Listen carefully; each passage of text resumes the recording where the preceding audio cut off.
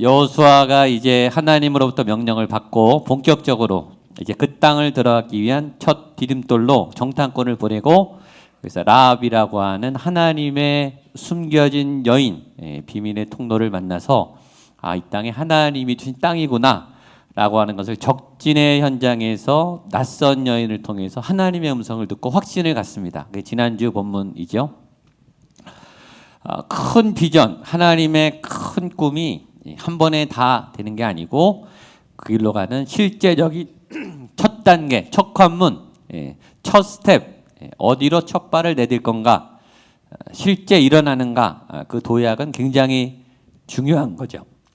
그 첫 단계를 걸어갈 수 있는 첫 통로, 그것은 정탐꾼을 보내는 사건이었고, 라합이라고 하는 여인을 하나님께서 만나게 해주신 그것으로 확인이 되었습니다. 물론 처음에 잘했다고 다 잘 되는 건 아니지만 첫 단계는 굉장히 중요하죠. 믿음으로 이제 시도를 하고 도전을 하고 용기를 내고, 꿈만 꾸지 마시고 이렇게 하나님 앞에 첫 발을 내딜 때 하나님이 덥석 잡아주시고, 그래 바로 이거야, 네가 믿음의 용기를 냈구나, 그래 맞아, 내가 너를 도와줄 거야, 이런 확인의 음성을 듣게 되기를 축복합니다.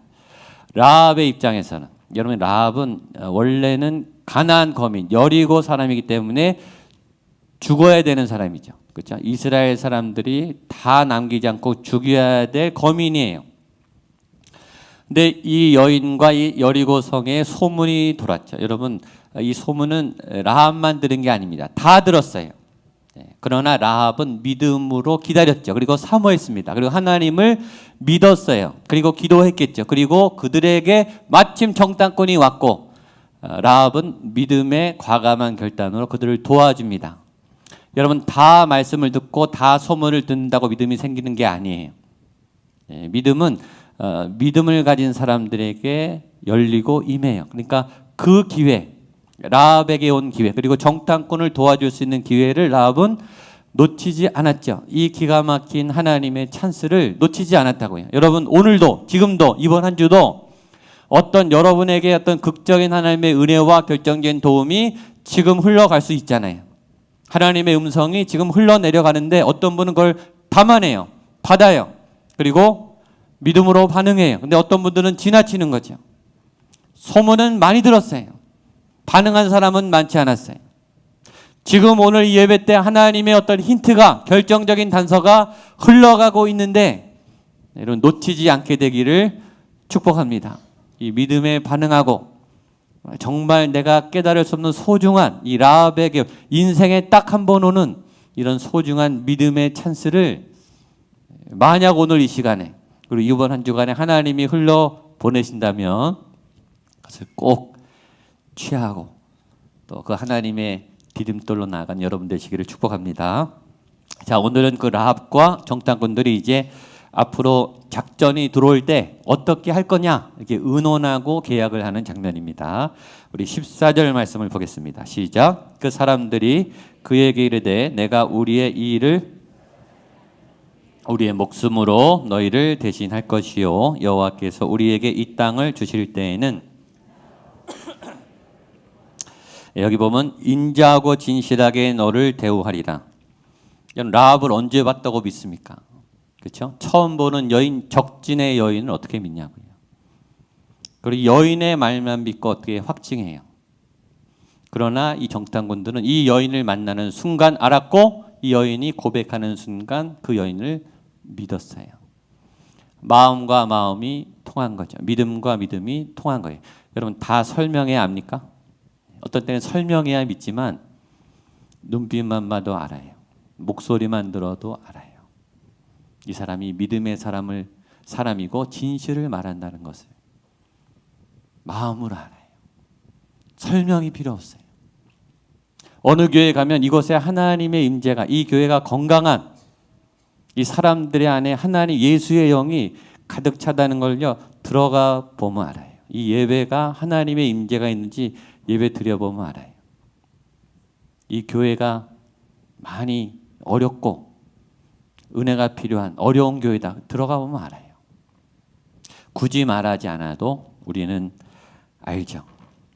정탐꾼들은 라합을 보고 그녀의 말을 듣자마자 확신하게 돼요. 아, 이 사람이 하나님이 예비한 사람이다. 그리고 이 정탐꾼들은 사실 정보를 얻으러 갔잖아요. 그렇죠? 이 탐험을 해서 이 소식을 전해서 보고를 해야 되는데 의외에 전혀 생각지 않은 라합이라고 하는 사람, 인물을 만나요. 사람을 만나는 복을 얻어요. 여러분에게 솔깃한 유익이 되는 정보뿐만 아니라 전혀 뜻밖의 좋은 사람을 만나요. 여러분, 예수님이 제자를 찾아다니셨어요. 공개 모집해서 와라 라고 시험 보지 않고 예수님이 직접 찾아가셔서 프로포즈 하셨죠. 제자가 되지 않겠느냐? 사람을 낚는 어부가 되지 않겠느냐? 찾았어요. 아무나가 아니라 예수님이 찾아갔다고요. 준비된 믿음의 사람들을 찾아가서 스카우트했어요. 하나님이 예배자를 찾아요. 예배 드린 사람은 많은데, 믿음 있는 사람은 많은데 하나님은 찾는단 말이에요. 전 여러분이 찾아지게 되기를 바랍니다. 라합은 아무도 몰랐어요. 이 여인이 믿음이 있고 이렇게 하나님의 나라를 바라는지 아무도 몰랐는데 그 숨겨진 라합이 원래 직업이 창녀예요. 여러분, 천박한 여인, 직업이 사회적으로 질타를 받는 낮은 계급에 있던 여인이지만 하나님은 그걸 보지 않고 이 여인의 직장이나 인품이나 삶을 보지 않고 이 여인의 숨은 기도와 보물 같은 믿음의 그 내용을 보고 이 여인을 찾아내게 하신 거예요. 찾아내서 이 여인이 마태복음에 예수님 족보에 기록되는 4명의 유일한 여인 중에 한 명이 돼요. 사람들이 못 찾는다고 안타까워하지 마세요. 하나님이 찾으세요. 그리고 발견되게 하세요. 어느 날 정탐꾼들을 통해서 이 보석 같은 여인의 이 믿음이 빛나게 하신다고요. 아름다운 역사가 나타나기를 바랍니다. 그러니까 이 사람들이 그 귀한 여인을 가지고 만나서 이렇게 말해요. 14절에 내가 우리의 이 일을 누설하지 않으면 우리의 목숨으로 너희를 대신할 것이요. 이런 결단이 나와요. 소중한 사람을 만나면 지키고 싶은 마음이 생기죠. 얼마만큼 내가 목숨을 걸고 너희를 지켜준다. 내가 죽는 한이 있더라도 당신과 가족은 내가 살린다. 이런 비장함이 나오는 거예요. 왜냐하면 너무 소중한 가족을 만나기 때문에. 또 하나의 원리, 생명은 생명으로 지키는 거예요. 생명은 대충 지킬 수 있는 게 아니에요. 일은 대충 할 수 있어요. 그러나 생명은요, 대충이 안 돼요. 아이를 대충 키웁니까? 아이는 절대 대충 안 자라요. 최선을 다하고 모든 걸 쏟아도 될까 말까요, 여러분. 생명을 걸어야 생명이 자라나는 거예요. 생명은 결코 쉬운 게 아니에요. 생명은 어려운 거예요. 생명 우리가 감당하기 어려운 거예요. 생명을 걸어야만이 생명이 살아나는 거예요. 제가 설교를 재밌게 유익하게 좋은 정보로 얼마든지 할 수 있죠. 힘있게 할 수 있죠. 여러분, 제가 해보니까 설교도 제 혼을 담고 제 생명을 담아야 반응이 오더라. 생명 반응은 생명이 나가야 돼요. 사역을 일로 할 수 있어요. 교회 사역. 영혼이 변화되는 것은 내 생명을 담아서 나눌 때예요. 사역자는 지치는 거예요. 희생이 필요한 거예요. 내 시간, 내 열정. 저 밴쿠버에 있을 때 2시 반만 되면요, 모든 이 교통수단이 다 마비돼요. 부모님들이 다 픽업 나가요. 그때 하교하는 시간이에요. 초등학교부터 고등학교까지. 거기 대중교통이 많지 않기 때문에 모든 부모가 차를 갖고 나가서 아이를 픽업해요. 모든 업무 올스톱입니다. 약속을 할 수가 없어요. 그 시간에 아이를 데려와야 되거든요. 부모가 시간과 그 삶을 헌신해야 자녀가 자라는 거죠. 이 정탐꾼이 내가 생명을 걸고 당신의 가족을 지켜주겠습니다. 이런 말을 해요. 또 하나, 생명을 걸 만큼 당신은 소중한 사람입니다. 이런 뜻이죠. 우리가 바보가 아닌 이상 우리는 생명을 걸 만한 가치에는 안 걸어요. 그렇죠? 내 생명이 얼마나 소중한데요. 근데 내 생명보다 더 소중한 가치가 있다. 그럼 우리는 걸죠. 그걸 만나는 것도 기쁜 거예요. 내가 생명을 바쳐서 섬길 수 있는, 헌신할 수 있는, 지켜줄 수 있는 소중한 가치를 만나는 것처럼 또 행복한 건 없는 거예요. 이 정탐꾼들이 이 고백이 아름답고, 그래서 이제 약속을 합니다. 보겠습니다. 15절로 18절입니다. 시작. 라합이 그들을 창문에서 줄로 달아내리고 그의 집이 성벽 위에 있으므로 이르되 두렵건대 뒤쫓는 사람들이 너희와 마주칠까 하노니 너희는 산으로 가서 거기서 사흘 동안 숨어 있다가 뒤쫓는 자들이 돌아간 후에 너희의 길을 갈지니라. 그 사람들이 그에게 이르되 내가 우리에게 서약한 이 맹세에 대하여 우리가 허물이 없게 하리니 우리가 이 땅에 들어올 때에 우리를 달아낸 창문에 이 붉은 줄을 메고 내 부모와 형제와 내 아버지의 가족을 다 내 집에 모으라. 여기 보면 줄이 나옵니다. 줄이 생명줄이죠, 그렇죠? 이 줄로 빠져나가요. 라합에 있어서도 정탐꾼에게 있어서도 이 줄은 굉장히 중요한 생명줄이에요. 줄을 잘 서야죠. 예수님 앞에 줄을 잘 서야 돼요. 예수님의 줄, 십자가의 줄, 보혈의 줄, 예수님의 그 생명줄이 이를 인도할 줄로 믿습니다. 이 사건은 라합에게 있어서요 중요한 일이지만 정말 최고로 중요한 그녀의 인생에 얼마나 더 심각한 위기와 고비와 큰 일이 많았겠어요. 사소한 일은 아니에요. 중요한 일이지만 그러나 그녀의 인생의 비중에 보면은 이건 이런 거예요. 갑자기 어떤 손님이 왔고 그 두 명을 숨겨줬고 그냥 줄 내려서 탈출시켜준 거예요. 자그마한 에피소드죠. 인생에 스쳐 지나갈 수 있는 어떤 중요한 어떤 작은 사건인데 그냥 두 명을 살려준 거예요. 라합에게서 이 작은 일은 결코 작은 일이 아니죠. 두 정탐꾼이 살아났을 뿐만 아니라 지금 200만 명이 대기를 하고 있는 거예요. 그렇죠? 그 사람들이 가나안에 들어가느냐 못 들어가느냐, 이후에 이스라엘 역사가 새롭게 쓰이냐 안 쓰이냐를 가늠한 라합이 그런 사실을 전혀 모르죠. 그냥 그녀는 두 사람을 숨겨주고 줄을 내려서 도망 보냈을 뿐이에요. 근데 그 작은 일이 어마어마한 파장을 일으키는 거예요. 이게 믿음의 사건의 놀라운 점이에요. 한 소년이 도시락을 예수님께 드렸어요. 예수님 배고프실 것 같아서. 그냥 이 소년은 그냥 그런 마음으로 단순히 드린 거예요. 근데 예수님이 어떻게 했죠? 이 소년의 도시락에 축사를 하니까 2만 명이 먹은 거예요. 오병이의 기적이 2000년 동안 모든 교회의 설교가 되는 거예요. 이 소년이 알았겠어요? 몰랐겠죠. 근데 이 어마어마한 파장이 일어나는 거예요. 한 여인이 우물가에서 예수님을 만나 자기의 영혼이 살아났어요. 그래서 너무 기뻐서 사마리아 성에 들어가서 사람들아 여기 예수님이 계십니다 그 말을 했는데 갑자기 사람들이 막 몰려 나와서 그 민족이 구원을 받았어요. 요한복음 4장, 지금도 우리는 이 여인을 기억해요. 우물가의 여인. 이 여인을 통해 우리는 위로를 받아요. 이 여인이 알았겠어요? 꿈에도 생각 못했겠죠. 여러분 지금 여러분이 하는 작은 믿음의 어떤 행동, 선행, 순종, 우리는 전혀 그럴 거라고 생각하지 않았던 작은 기도, 하나님이 그거를 이렇게 크게 일으키신다고요. 그게 어디서 어떻게 은혜가 돼서 역사할지 아무도 몰라요. 저는 그런 귀한 섬김과 이 아주 작지만 진실한 순종이 하나님의 역사를 일으키게 되기를 축복합니다.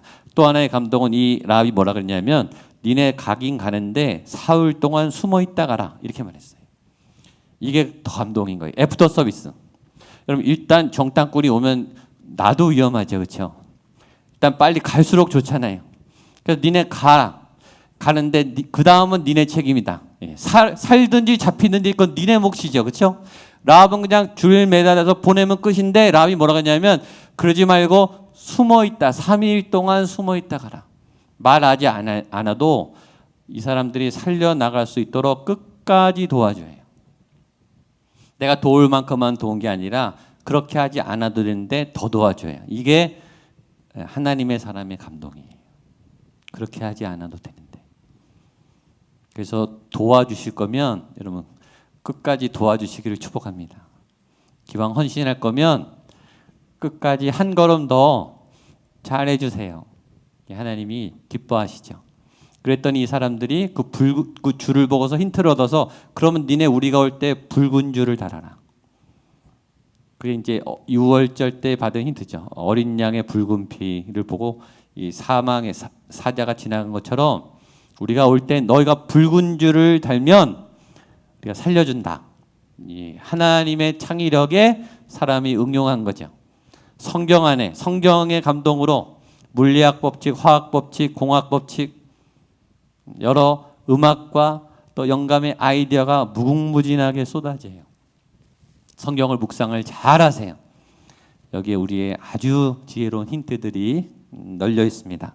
19절로 21절 보겠습니다. 시작. 누구든지 내 집 나가서 거리로 가면 그의 피가 그의 머리로 돌아갈 것이요 우리는 허물이 없으리라. 그러나 누구든지 너와 함께 있는 자에게는 손을 대면 그의 피는 우리의 머리로 돌아오려니와 내가 우리의 이 일을 누설하면 내가 우리에게 서약하게 한 맹세에 대하여 우리에게 허물이 없으리라 하니 라합이 이르되 너희의 말대로 할 것이라 하고 그들을 보내어 가게 하고 붉은 줄을 창문에 매니라. 아멘. 이 계약이 약속이 이제 성립됐습니다. 자, 니네가 붉은 줄을 매면 그 집에 있는 사람은 묻지 않고 살려준다. 지자는데 똑같아요. 나이든 성별이든 어느 나라 사람이든 직업이든 안 물어요. 그냥 그 붉은 줄 아래 있으면 사는 거예요. 그 이마에 어린 양 보혈의 자국이 있으면 무조건 사는 거예요. 일단 그 자리에 있어야 되고 그 안에 들어가 있어야 돼요. 오순절 마가의 다락방 안에 조건이 없었어요. 그냥 거기에 있으면 다 성령을 받았어요. 묻지 않아요. 하나님의 은혜의 자리에 와 있으면 예외 없이 다 은혜를 받고 구원을 받았어요. 그러나 말입니다. 너 약속을 소문내면 끝이다. 그 피는 너희에게 돌아간다. 약속은 지켜야 약속이에요. 여러분 약속은 해서 약속이 아니고 약속은 지켜야 약속이에요. 임명을 받았어요. 청지기 임명을 받았어요. 2017년 12월 말까지 지켜야 약속을 지킨 거예요. 중간에 깨뜨리면 그건 약속을 안 지킨 거예요. 그렇죠? 지키다 안 지킨 건 안 지킨 거예요. 끝까지 지켜야 약속이에요. 라합이 대답합니다. 지키겠다. 내가 그 약속을 끝까지 지키겠다. 그래서 정탐꾼이 돌아가서 멋진 보고를 합니다. 마지막 22절로 24절 시작. 그들이 가서 산에 이르러 뒤쫓는 자들이 돌아가기까지 사흘을 거기 머물매 뒤쫓는 자들이 그들을 길에서 두루 찾다가 찾지 못하니라. 그 두 사람이 돌이켜 산에서 내려와 고하고 또 여호수아에게 이르되 진실로 여호와께서 그 온 땅을 우리 손에 주셨으므로 그 땅의 모든 주민이 우리 앞에서 간담이 높더이다 하더라. 오늘 설교 제목이자 제일 큰 주제입니다. 우리 이 정탐꾼의 고백처럼 진실로 여호와께서 그 온 땅을 우리에게 주셨습니다. 이게 정탐의 결론이에요. 또 이 결론처럼 여러분의 믿음도 이루어지기를 축복합니다. 저를 따라 선포하세요. 여호와께서 이 온 땅을 우리에게 주셨습니다. 믿음을 가지고 한 번 더 여호와께서 이 온 땅을 우리에게 주셨습니다. 자신에게 한 번 더 여호와께서 이 온 땅을 나에게 주셨습니다. 아멘.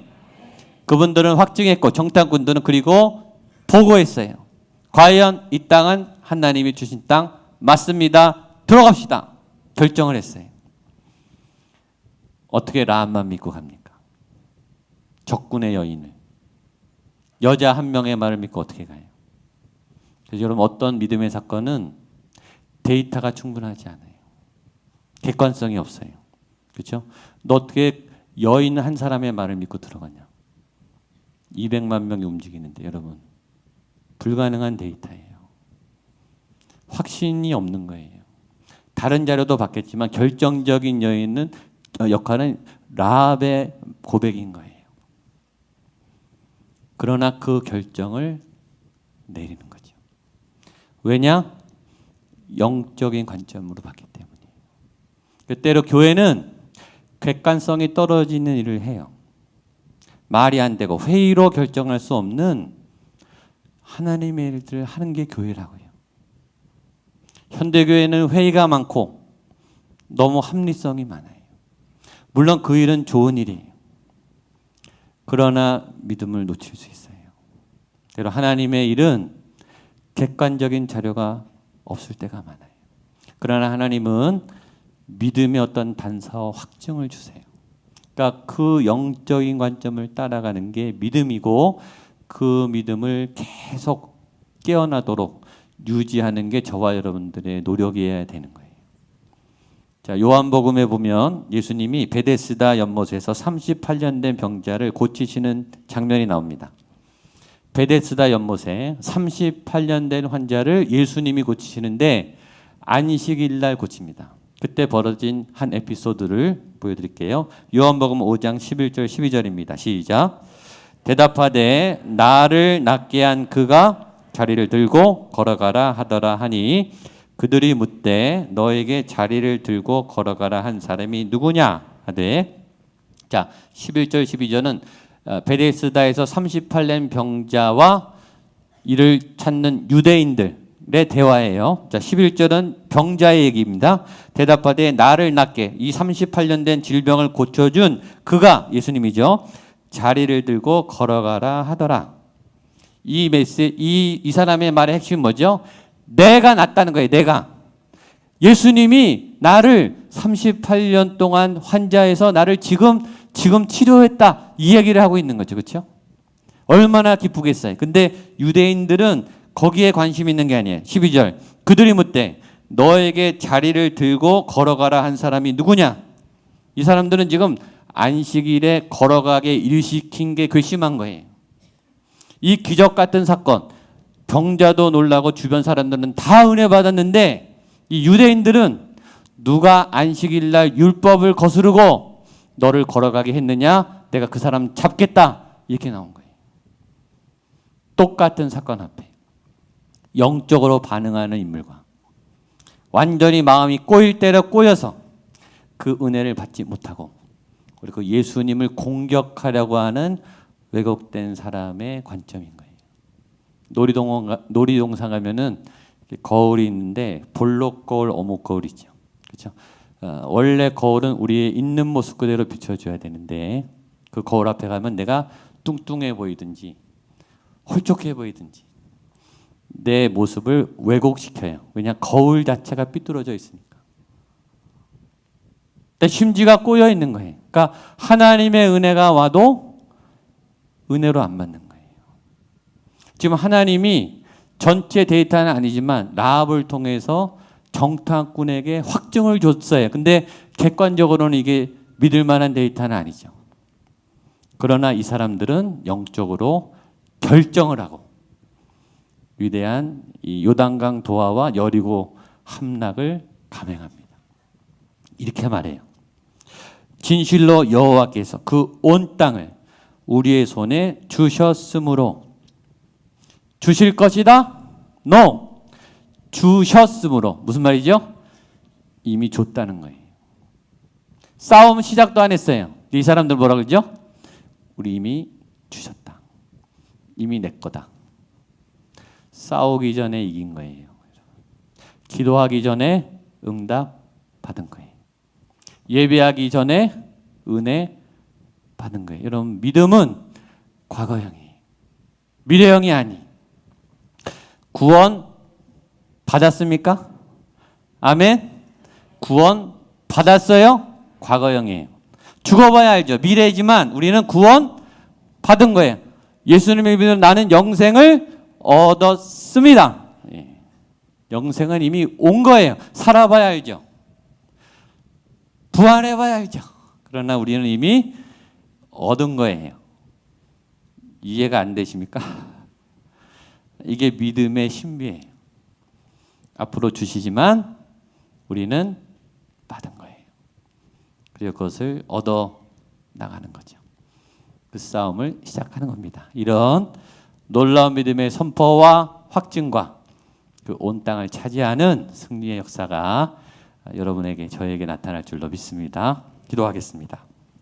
하나님이 정말 그 땅을 이스라엘 백성에 주셨음을 확인하고 확증하고 결정을 내린 이스라엘처럼 하나님 우리가 영적인 일에 반응하며 하나님의 결정에 순종하며 그 땅을 차지하러 들어가는 용기와 승리와 순종과 도전의 사람 되게 하여 주시옵소서. 예수님의 이름으로 기도하옵나이다.